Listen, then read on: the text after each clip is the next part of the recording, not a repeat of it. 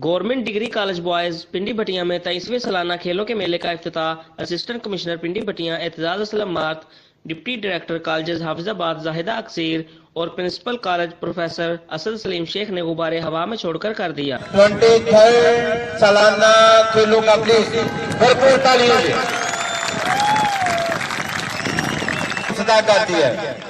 इस मौका पर तलबा ने कश्मीर, गिलगित बल्तिस्तान, सिंध, बलोचिस्तान, खैबर पख्तूनख्वा और पंजाब की सकाफत को उजागर करते हुए खूबसूरत तरीके से इलाकाई रक्स करके शायकीन से खूब दाद वसूल की।